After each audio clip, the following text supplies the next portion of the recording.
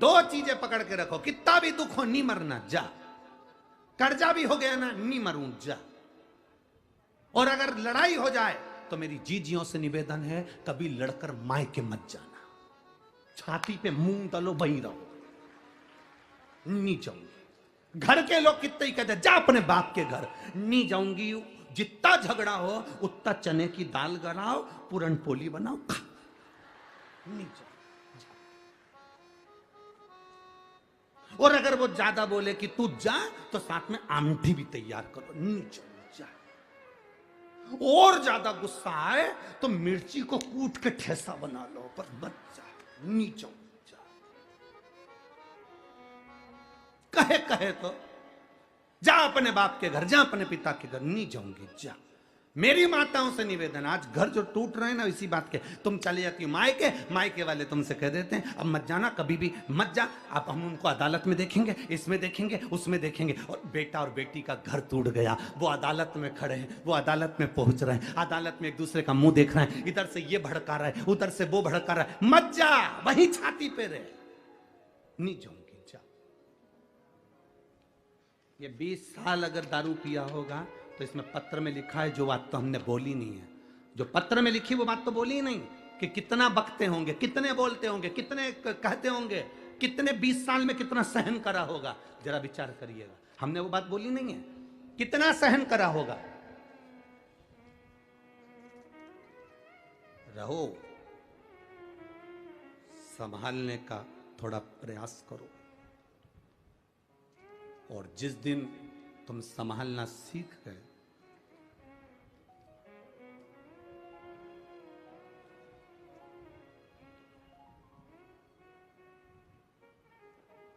सफलता इश्क से नहीं मिलती है, सफलता रिस्क से मिलती है। अगर इश्क से सफलता मिल जाती तो बात दूसरी थी, सफलता तो रिस्क लेते हैं जब हम कंपटीशन में उतरते हैं, दुनिया का दबाव पड़ता है, टेंशन आती है, बहुत चिंताएं आती हैं, तब सफलता मिलती है। इश्क करने से सफलता नहीं मिलती, रिस्क लेने से सफलता मिलती है।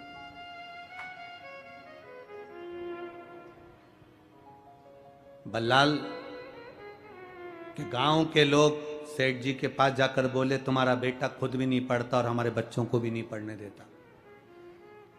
गणेश जी की मिट्टी की मूर्ति बनाता है, शंकर जी का शिवलिंग बनाता है, जमीन पर बनाकर बैठ जाता है, पेड़ों की पत्ती तोड़कर चढ़ा देता है, और सबको कहता है कि गणेश जी का भजन करो, शंकर जी की पूजन करो। तुम्हारा बेटा इतना बेकार है कि वो दूसरे को भी नहीं पढ़ने दे और खुद भी नहीं पढ़े, वो दूसरे को भी विद्यार्जन नहीं करने दे और खुद भी ना करे। तो पिता को क्रोध आया, मां को तो मालूम ही नहीं कि पति जा रहा है मेरे बेटे के पास, और पिता दौड़ कर गया। आज बेटे को देखा कि यहां मूर्ति की पूजन कर रहा है, गणेश जी की मूर्ति उठाकर फेंक दी, शिव जी की मूर्ति उठाकर फेंक दी, बेटे को पेड़ से बांध दिया, 2-3 दिन भूखा रहेगा, सब ठिकाने लग जाएगा। कब तक गांव वालों के ताने सुनूंगा मैं, कब तक श्रवण करूंगा मैं, कब तक सुनूंगा मैं। मूर्ति को फेंक दिया गया और बेटे को पेड़ से बांध दिया। शाम होने लगी, सेठानी को अपने बेटे की याद आई। बल्लालेश्वर तीसरे नंबर के विनायक हैं, अष्ट विनायक में तीसरे। सेठानी को अपने पुत्र की याद आती है, और सेठानी को जब पुत्र की याद आई तो उसने अपने पति से, सेठ जी से कहा, सुनो जी स्वामी, मेरा बेटा नहीं दिख रहा, मेरा बेटा ना जाने कहां चले गया, ढूंढ रही हूं, मिल नहीं रहा, वो विद्यालय से भी नहीं आया, वो ना जाने कहां रह गया, गुरु घर पूछ के आई हूं, गुरु घर पे भी नहीं मिला, मेरा बेटा कहां, मेरा पुत्र कहां। सेठ अपनी पत्नी को यह नहीं बता रहा कि मैं उसको पेड़ से बांध कर आ गया हूं। शाम हो गई, मध्य रात्रि हो गई, मध्य रात्रि हो गई, पूरी रात निकल गई, सुबह हो गई, सेठानी को नींद ना आई क्योंकि मेरा पुत्र ना जाने कहां गया है। अब एक बात बताओ आप, एक मां को बेटे की जितनी चिंता होती है, उतनी ही चिंता, उतनी ही बेचैनी उस परमात्मा को भी अपने भक्त की होती है।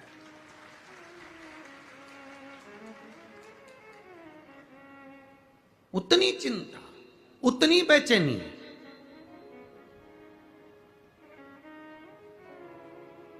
उस परमात्मा को भी होती है, अपने भक्त की होती है।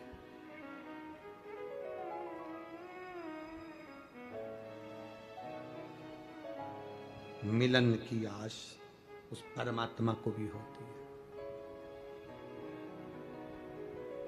मिलन की आस उस परमात्मा को भी, तो कैसे मिले मेरा वो भक्त। मां जितनी बेचैन हो रही है अपने पुत्र से मिलने के लिए। एक रात हो गई, रात बड़ी भारी निकलती है, जब बेटा नहीं दिखे, छोटा सा बेटा, मात्र 8 वर्ष की आयु जिसकी, और वो बेटा ना दिखे तो मां की हालत क्या होगी। पिता चैन से सो रहा है क्योंकि उसको मालूम है मैं बांध कर आया, उसको मालूम है मेरे पेड़ से बांधा है, पर मां मां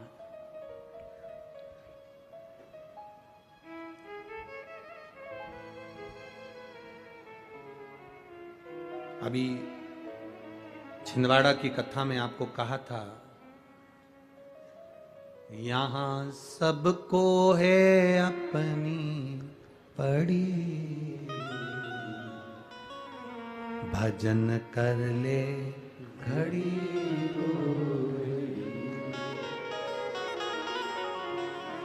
यहाँ सबको है अपनी पड़ी, भजन कर ले घड़ी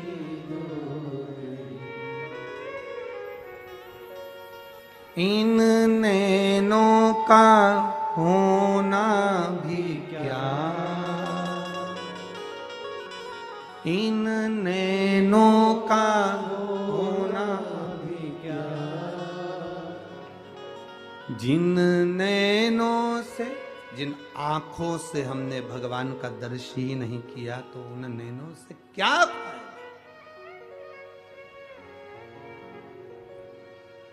क्या लाभ।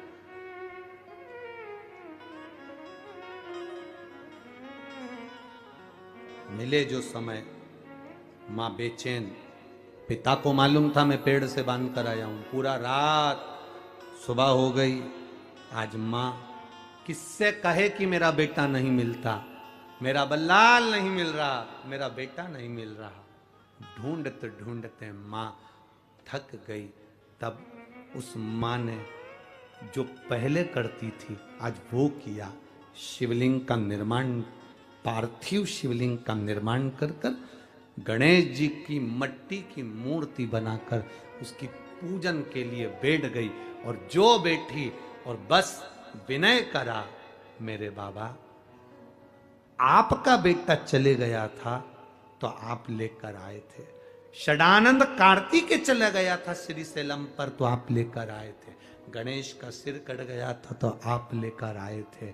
बाबा अब मैं किससे कहूं, आपके बेटे को आप लेकर आए हो तो आपका बेटा मेरे बेटे को लेकर आएगा, ये मेरा भरोसा कहता है, ये मेरा भरोसा कहता है, ये मेरा विश्वास कहता है, ये मेरी दृढ़ता कहती है।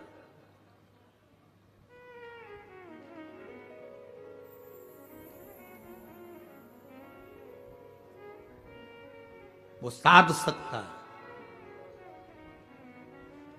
पिता बेटे को इतना बोल्ड बनाए कि जब घर में, बहुत बहुत ध्यान देना, पिता अपनी बहन को कुछ दे रहा है कि नहीं दे रहा उससे मतलब नहीं, पर भतीजे जो हों वो भतीजे ऐसे ऐसे मेहनत करने वाले हों, जब बुआ आए तो भतीजे शान से अपने घर में अपनी माँ से कह सके, मम्मी राखी पे बुआ आने वाली है, उसको 2 साड़ी देना, एक पिता की तरफ से भतीजे की तरफ से।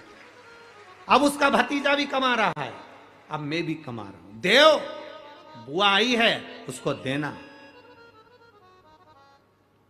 पिता से ज्यादा भतीजे का फर्ज बनता है कि अपनी बुआ को कुछ दे।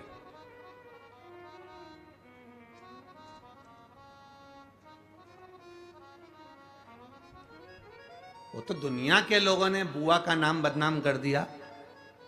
वो प्रहलाद की जो बुआ थी, उसने, दुनिया के लोगों ने कहानी गलत गढ़ दी, पूरी कहानी गलत बताई। अगर दुनिया के लोग सही कहानी बताते तो भतीजा और बुआ का संबंध खराब नहीं होता। कहानी गलत थी ना। लोगों ने कहा, हिरण्यकशिपु ने अपनी बहन से कहा, बहन तू अपने भतीजे को गोदी में रखकर बैठ जा और चादर ओढ़कर बैठ जाना, तू बच जाएगी, तेरा भतीजा जल जाएगा। तो बुआ भतीजे को जलाने के लिए गोदी में लेकर बैठी। बोलो सही है कि गलत है? लोगों ने कहानी गलत बताई। होलिका,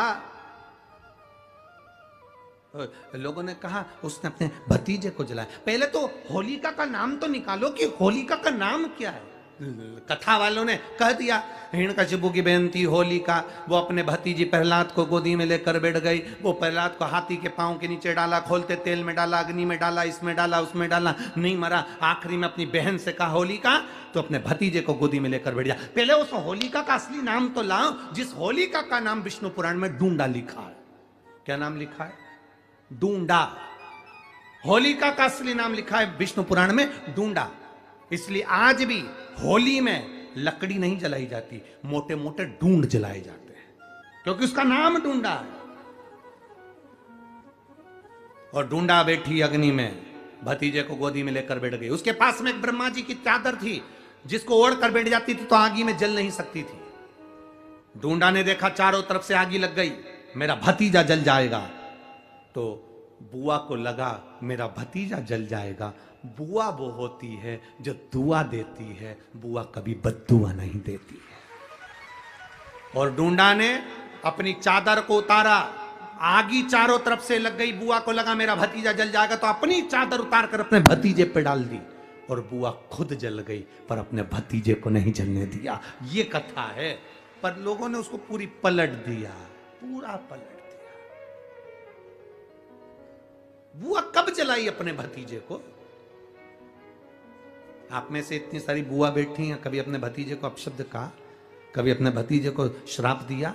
कभी अपने भतीजे को बद्दुआ दी? नहीं। जब भी बोलती हो मेरा भतीजा खूब फले फूले, भगवान कृपा करे मेरे भाई जैसा नाम कमाए, मेरा भैया कितना नाम कमाता वैसा मेरा भतीजा नाम कमाए, तो भतीजे को चाहिए जब बुआ घर में आए तो अपने मम्मी पापा से कहना, पापा मम्मी 2 साड़ी देना, क्योंकि अब मेरी नौकरी लग गई है, मैं कमाने लगा हूं, मैं कमा रहा हूं, इसलिए मम्मी एक काम करना, 1 साड़ी पापा देंगे अपनी बहन को और 1 मैं दूंगा अपनी बुआ को। तो मम्मी कहेगी तू अपनी बहन को देना, बुआ को क्यों दे रहा है? तो कह देना अगर आज मैं दूंगा तो उसके भी भतीजे उसको देंगे। ये हमारे यहां क्रम चालू होना चाहिए।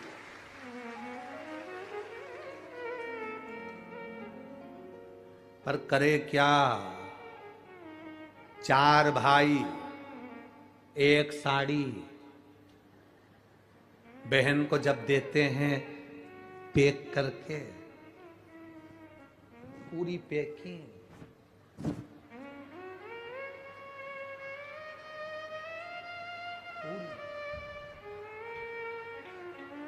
अच्छी बढ़िया वाली साड़ी। अगर ढीली ढीली दिखे तो उसमें कपड़ा भी फंसा दे, कागज जोड़ और पैकिंग करके, और 4 भाई 1 साड़ी। चारों भाई राखी बनवाने के बाद ऐसे हाथ लगा के देते हैं जैसे पूरे पुणे की प्रॉपर्टी दे रहा है, पूरे पुणे की प्रॉपर्टी।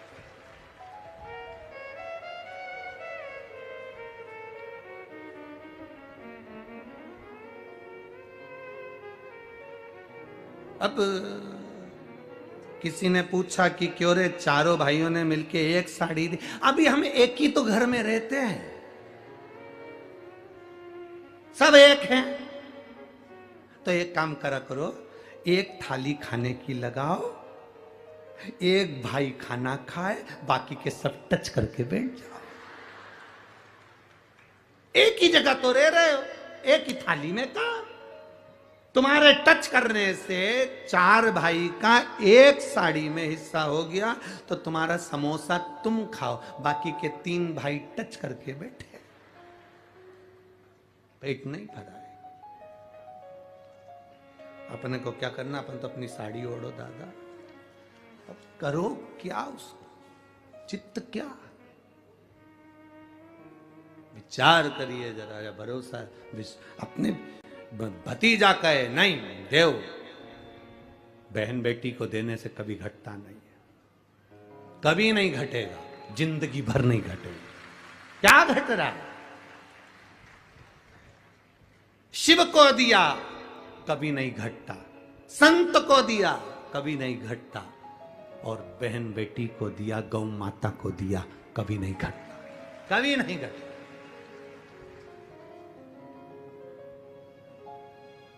अभी हम कल की बात है, हम यहाँ पर जहाँ ठहरे हैं वहाँ पर बहुत सुंदर पर्यावरण है, बहुत सुंदर पेड़ पौधे लगे, तो हमने विजय भाऊ से कहा, अब शंकर भाऊ से तो मिलना होता नहीं ज्यादा, तो विजय भाऊ पकड़ाई में आ जाते।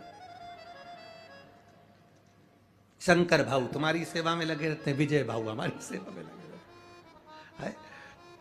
अब और वो लक्ष्मण भाऊ के जितने बच्चे हैं वो भी तुम्हारी सेवा में लगे रहते, तो फुर्सत। अब वो विजय भाऊ से हमने कहा, भाऊ तुम्हारे यहाँ पेड़ पौधे बहुत अच्छे लगे हैं, और हमने सुना है कि तुम पेड़ पौधे बहुत अच्छे लगाते हो, तो एक काम करो ना, कुबेर भंडारी ने तुमको बुलाया है कुबेरेश्वर धाम, थोड़े पेड़ पौधे वहां भी ना लगा दोगे?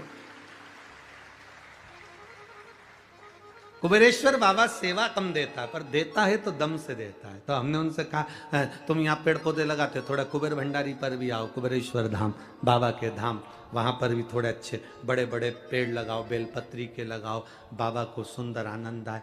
छोटा मोटा अब इतने बड़े बड़े पौधे लगा देते हैं, तो वो जो माता कंकर शंकर की पूजन करने आती है वो पेड़ पौधे ही उठा के ले जाती है। तो हमने उनसे कहा कम से कम 15-15, 20-20 फीट का पेड़ लेकर आओ, और कम से कम कुबेरेश्वर धाम पर लगा, थोड़ा बड़ा तो लगाओ। अब वहां पर जो वृक्षारोपण करने आते हैं वो उसी में कहा ले, जैसे एक नेताजी एक बगीचे में पौधा लगा के जाते हैं, तीसरे दिन बकरी छाड़ जाती। तो करो क्या इतना छोटा सा पौधा का, बड़े बड़े लाओ। तो तुम लगा सकते हो कि मां पनपे, थोड़े दिन अपने घर पे उसको बड़ा करो, तो लाओ। तो विजय भाऊ बोले, गुरुजी आप चिंता मत करो, बाबा ने अगर बुलाया है कुबेर भंडारी ने, तो मेरा भाऊ लक्ष्मण भाऊ, उसका भी एक आनंद होगा, और कुबेर भंडारी के बगीचे में हम भी पौधे लगाएंगे। ये बाबा की आनंद था। शंकर भाऊ, विजय भाऊ, हम तो यही कहेंगे, मिले सेवा करो, दिल से करो। बहन बेटी को दिया घटता नहीं, गौ माता को दिया घटता नहीं, संत सन्यासी को दिया घटता नहीं, और अपने माता पिता को दिया कभी नहीं घटता, क्योंकि माता पिता मरने के बाद तुझे ही देकर चले जाते हैं, तुझे स्वयं देकर जाएंगे। क्या एक रात पूरी हो गई, मां बेचैन हो गई, जितनी मां बेचैन होती है उतना भगवान बेचैन होता है। कह दिया मां ने, पार्थिव शिवलिंग का निर्माण कर कर, पार्थिव गणेश का निर्माण कर कर, प्रार्थना कर कर कहा, शंकर भगवान आप अपने पुत्र को लाए थे, और आपका पुत्र मेरे पुत्र को लाएगा। जवाबदारी आपके पुत्र की है, जवाबदारी आपके बेटे की है। जब बेटों पर जवाबदारी आती है तो फिर वो जवाबदारी बड़ी प्रबल होती है, बड़ी प्रबल। शिवलिंग बना लिया, गणेश बना लिए, पूजन में लग गई। सेठ आया, सेठ ने आकर अपनी पत्नी सेठानी से कहा, मुख से कहा, तेरा बेटा भी यही करता था, तेरा बेटा यही काम करता था, और तू भी यही कर रही। ये माता के गर्भ के संस्कार है, ये हमारे संस्कार हमारे बच्चों में आते हैं।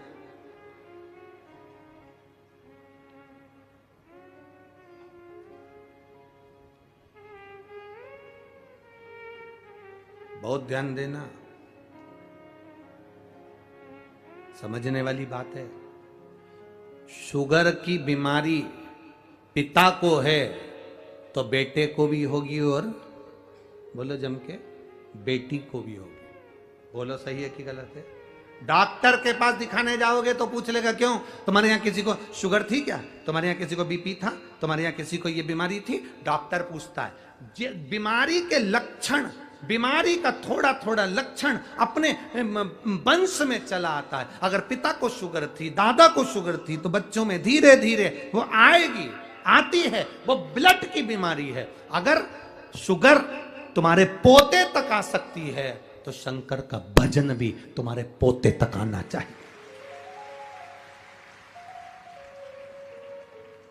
शुगर अगर तुम्हारी बेटी तक जा सकती है, नाती पंथी तक जा सकती है, तो भगवान का भजन भी नाती और पंथी तक जाना चाहिए। ये ब्लड के अनुसार चलना चाहिए। वक्त बदले बदल जाने दो, पर खून नहीं बदलना चाहिए, सनातन धर्म का रहना चाहिए। यह कैसे बदल जाए?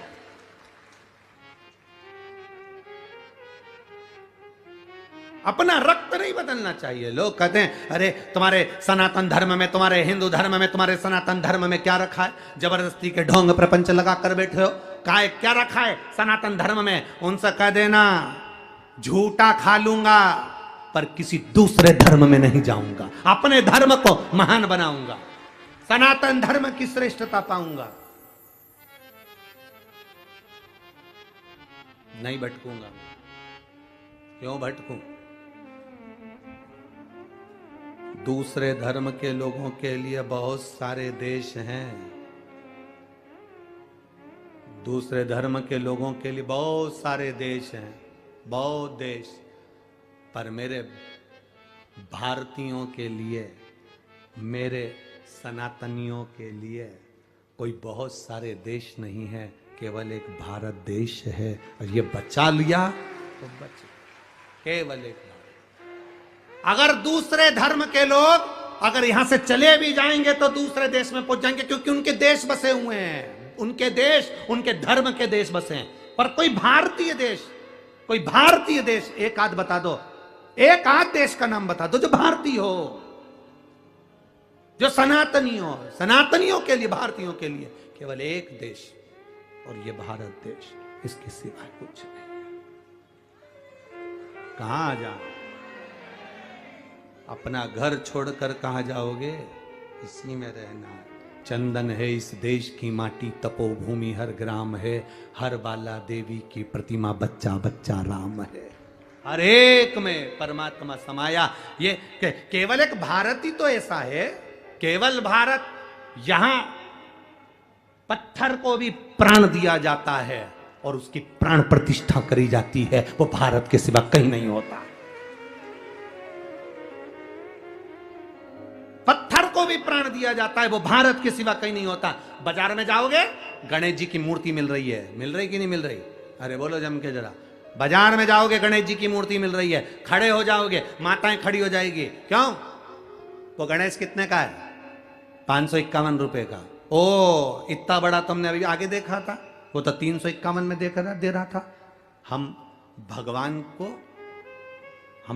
को नहीं खरीद रहे हैं अभी। हम केवल मूर्ति को, केवल जिस व्यक्ति ने उसका निर्माण करा, हम केवल उस मूर्ति को खरीद रहे हैं। हम अभी भगवान को नहीं खरीद रहे हैं।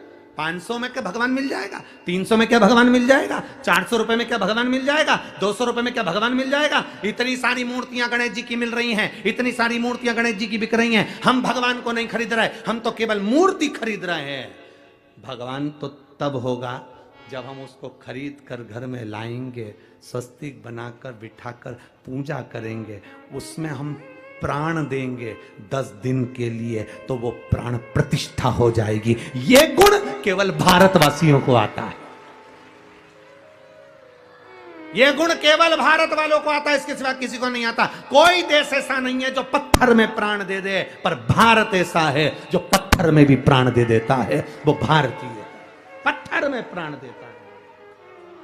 और 10 दिन हम गणेश जी महाराज की आराधना, पूजन, अर्चना खूब दिल से करते हैं। और ये वो भारत है जब गणेश जी की वो फिर जो 200 रुपए की मूर्ति तुम आकर रहे थे, वो जब जाता है तो आंख में आंसू आता है। इसी को प्राण प्रतिष्ठा कहते हैं, इसी को सनातन धर्म कहते हैं। ये सनातन धर्म, जब वो जाता है तो दिल रोता है। बाबा, ओ बाबा गणेश जी, गणपति बब्बा मोरिया ऊर्जावर्षी, कब आओगे वापिस?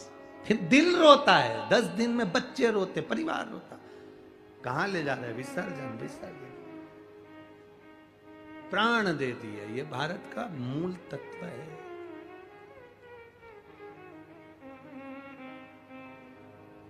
इसीलिए शिव तत्व कह रहा है, भगवान शंकर का संवाद का, ओगड़ दानी का सुंदर भाव कर रहा है, शिव तत्व।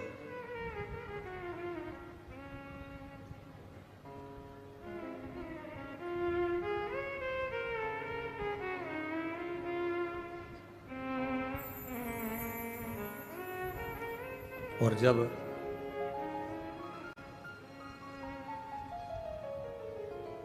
बल्लाल की मां ने मांगा, गणेश जी महाराज पहुंचे। विश्वास दृढ़ी था ना। अब ये नहीं कहा कि शंकर जी तुम जाना, तुम्हारा बेटा मेरा बेटे को लाएगा, तुम्हारा बेटा मेरे बेटे को लाएगा, और मेरा बेटा नहीं है वो भी तुम्हारा ही है। अभी तक हमने अपने संबंध बनाकर रखे, आप अपने संबंध छोड़कर परमात्मा का संबंध बनाइए। रिश्तेदारी अच्छी रखोगे तो कोई भी मिल लेगा, कोई भी। तुम्हारी पहचान ही नहीं है,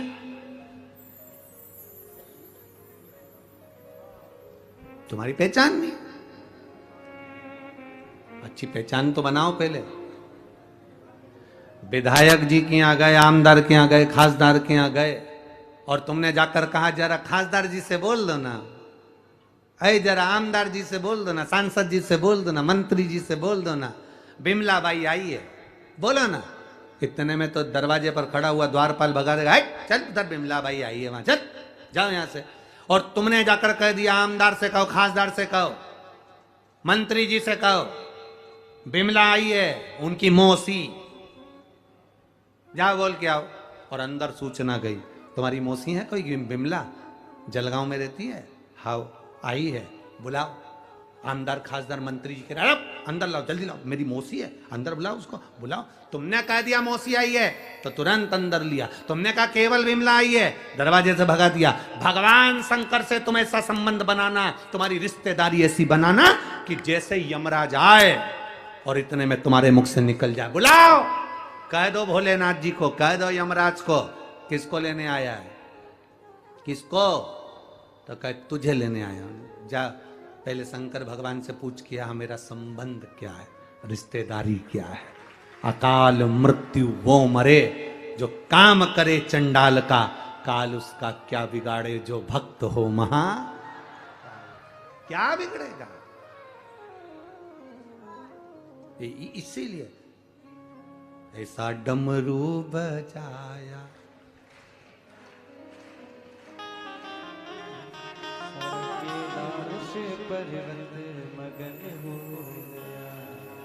शिव तत्व की प्राप्ति हो। तेरे डमरू की धुन सुन के मैं काशी नगरी आई हूँ। तेरे डमरू की धुन सुन के मैं काशी नगरी आई हूँ। तेरे डमरू की धुन सुन के मैं काशी नगरी आई हूँ। तेरे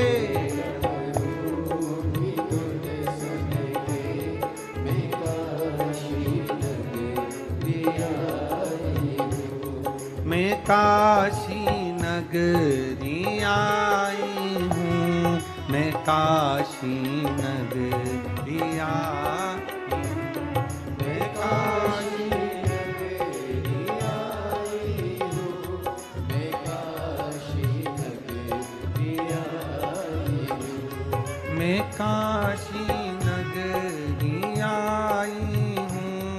मैं काशी नगरी आई हूँ, मैं काशी नगरी आई हूँ। आओ से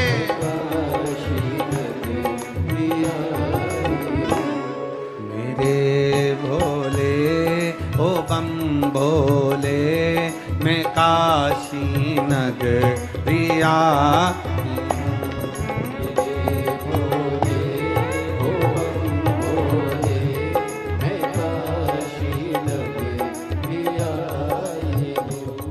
तेरे डमरू की धुन सुन के मैं काशी नगरी आई हूँ।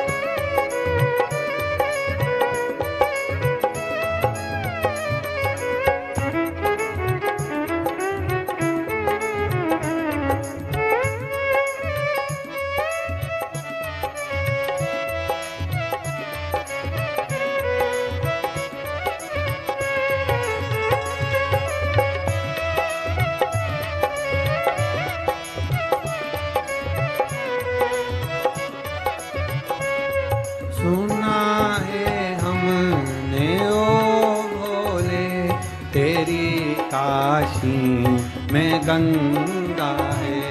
सुना है हमने ओ भोले, तेरी काशी में गंगा है। सुना है हमने ओ भोले, तेरी काशी में गंगा है।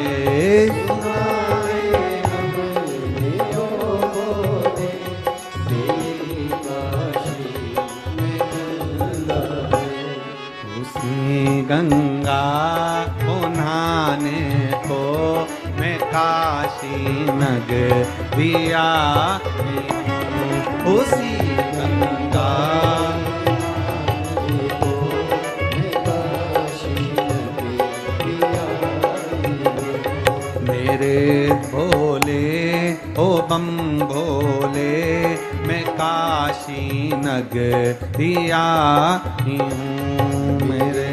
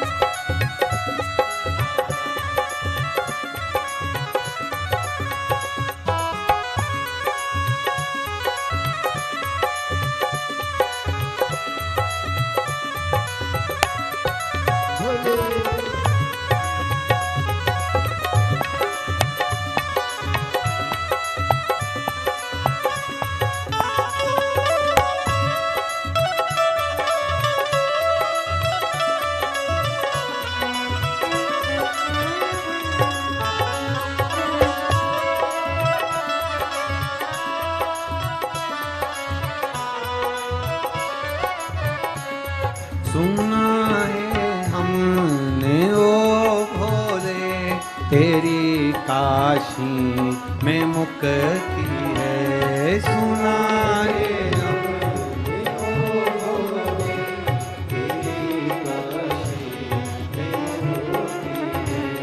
सुना है हमने ओ भोले, तेरी काशी में मुक्ति है।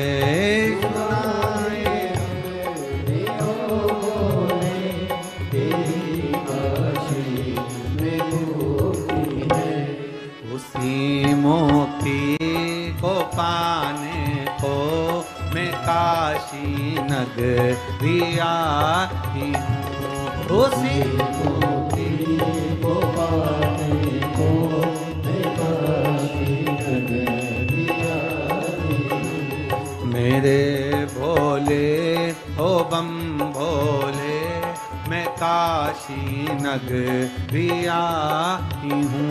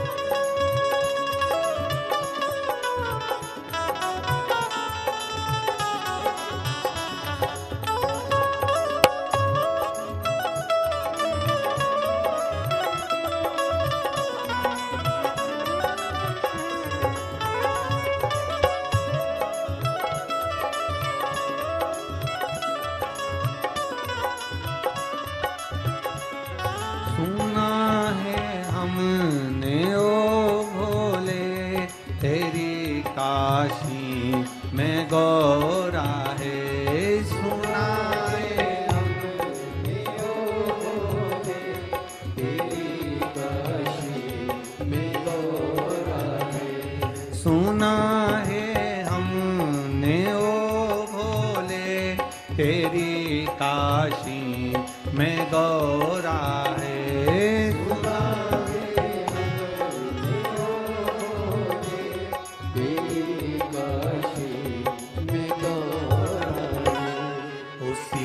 गौरा को पाने को मैं काशी नगरी आई हूँ।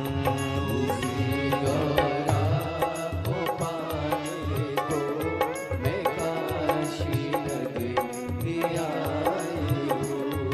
मेरे भोले ओ बम भोले, मैं काशी नगरी आई हूँ।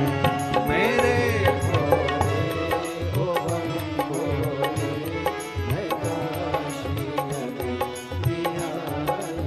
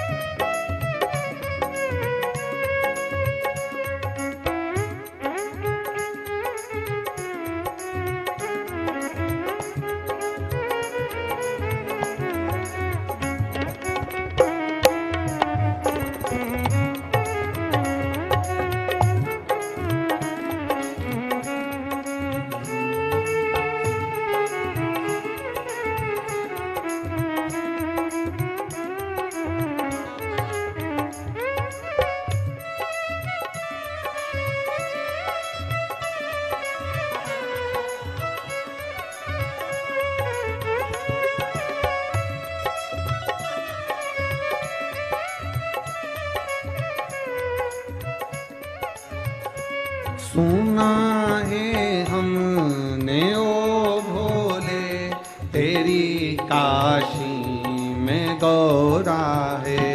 सुना है हमने ओ भोले तेरी काशी में गौरा है। सुना है हमने ओ भोले तेरी काशी में गौरा है। सुना है हमने ओ भाव से तेरी काशी में गौरा है। उसी गौरा को पाने को मैं काशी नगरिया हूँ। उसी गौरा को पाने को मैं काशी नगरिया हूँ। मेरे भोले हो बम भोले मैं काशी नगरिया हूँ। मेरे भोले हो बम भोले मैं काशी नगरिया हूँ। मैं काशी नगरिया हूँ। मैं काशी नगरिया हूँ। हार हार अपने स्थान पर बैठकर भगवान देवाधिदेव महादेव से अपने हृदय की बात कहिए। भाव से दिल से बाबा से प्रार्थना करिए। जहाँ जगह मिले वहाँ बैठो। कार्यकर्ता भी जहाँ जगह मिले वहाँ बैठकर बोलो। कीचड़ हो रहा हो तो खड़े खड़े बोलो, पर बाबा से प्रार्थना दिल से करिए, हृदय से कहिए। आज गणेश चतुर्थी भी है, भादो का महीना भी है और अष्टविनायक शिव महापुराण की कथा भी चल रही है, तो दिल से बाबा से प्रार्थना करिए।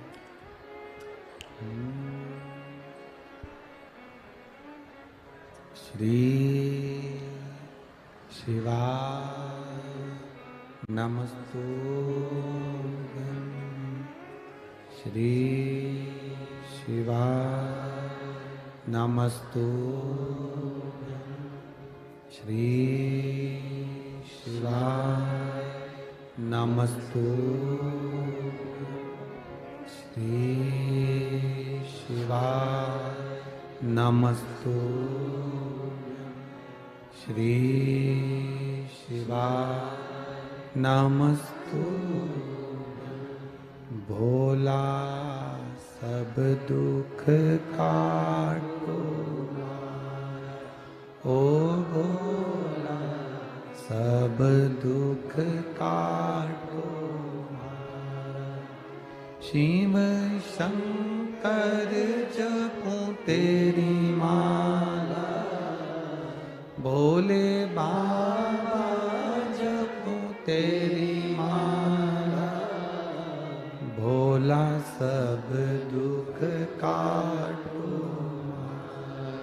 ओ भोला सब दुख काटो। वेश है मंगल मंगलकारी, वेश है मंगल मंगलकारी। शमशान वासी हमारा, शमशान वासी हमारा। ओ भोला सब दुख काटो ओ भोला सब दुख काटो। शिव कथा कह रही है, बल्लाल को ढूंढने के लिए माँ ने जो प्रयास किया, बाद में शिव की शरणागति ली। बल्लाल को ढूंढने के लिए श्री गणेश जी महाराज पहुंचे और गणेश जी ने जाकर वृक्ष से उसको खोला। खोलते से ही गणेश जी महाराज जो सामने आए, बल्लाल से पूछा, तुझे तेरी माता ढूंढ रही है और तू यहां पर है? कहा मेरे पिता मुझे बांध कर गए। संसार के बंधन में लोग बांध देते हैं और मेरे गणेश जी महाराज बंधन से मुक्त कर देते हैं। बंधन से मुक्त किया। भगवान गणेश जी ने पूछा मांग तुझे क्या चाहिए?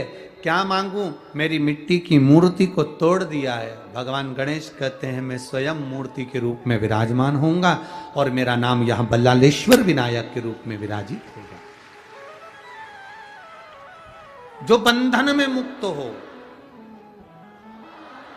जो बंधन में बंधा हुआ हो, बंधन में लगा हुआ हो, उसे बंधन से मुक्त होना है तो बल्लालेश्वर विनायक का दर्शन करना चाहिए।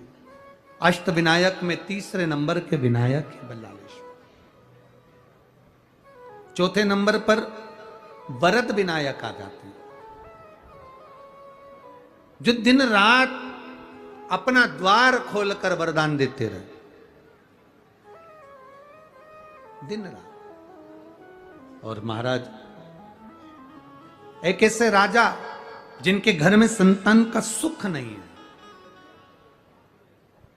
जब हर तरह से व्यक्ति हारे तो परमात्मा की शरणागति क्यों नहीं जाता? एक पत्र एक बेटी ने लिखा है,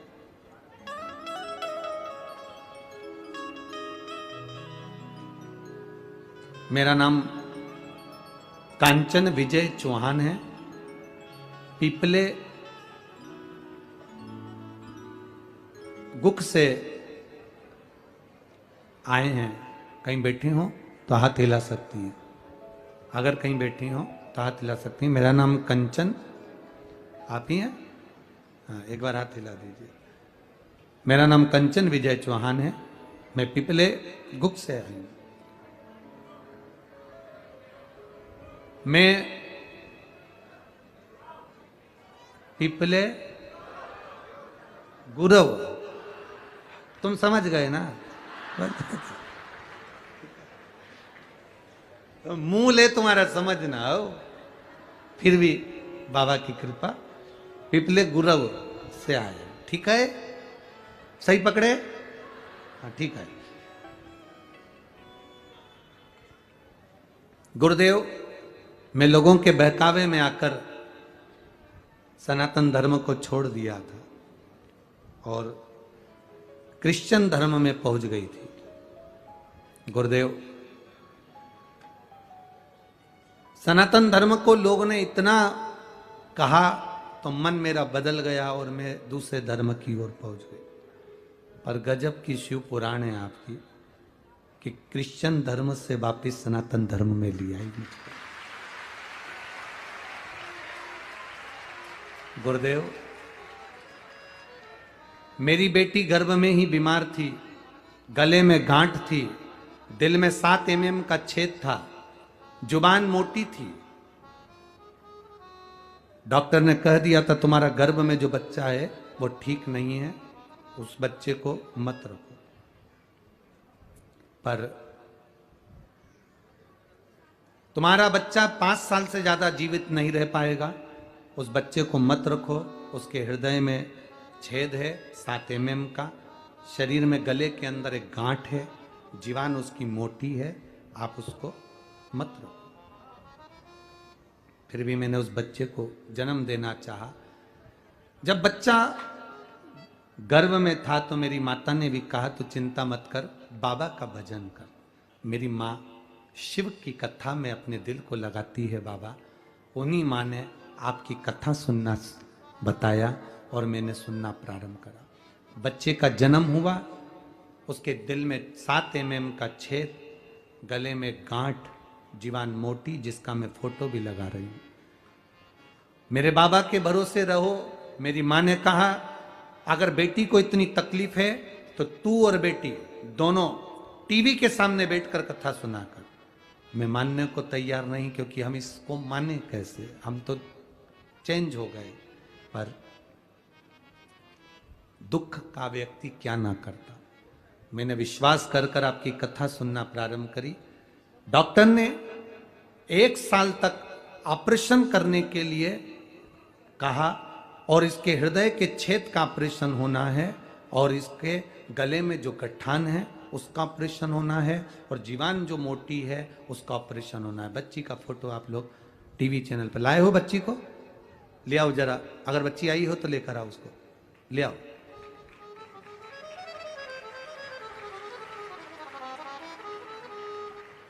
डॉक्टर उसके 7 mm छेद का, हृदय में जो छेद है उसका ऑपरेशन का तैयारी कर रहे हैं, उसके गले की गठान के ऑपरेशन की तैयारी कर रहे हैं। और मेरी माँ मुझे कथा सुनने का कहती है, मैंने 15 से 20 दिन मांगे डॉक्टर से और ऑपरेशन की तैयारी भी करते रहे। और आपका जो मंत्र है श्री शिवाय नमस्तुभ्यम जपते रहे। शंकर जी के मंदिर में पहली बार जाना चालू करा, बाबा का जल लाकर बेटी को लगाना प्रारंभ करा। बाबा का मैं क्या गुणगान करूं गुरुदेव। जब 7 mm के छेद के लिए ऑपरेशन के लिए जाने लगे तो डॉक्टर ने जांच कर कर कहा कि इसका छेद अब भरा रहा है, इसका ऑपरेशन की जरूरत नहीं है। गुरुदेव, मेरी बेटी की मोटी जो जीभान थी उसको पतला करने के लिए काटा गया, उस जीभान को काट कर रखा गया, पर डॉक्टर ने कहा कि तुम्हारी बेटी के जो 2 ऑपरेशन होना है अब वो जरूरत नहीं है, इसकी जीवान वापिस ठीक हो रही है और इसके गले में जो गठान है वो भी अपने आप गल गई है। मेरी बेटी अब ठीक होना प्रारंभ हो गई है। शिव तत्व इसी को कर, ओघड़ी इसी को कर। आ रही आ जाओ। अरे खानी न जाता कोई दर से तुम्हारे, खानी न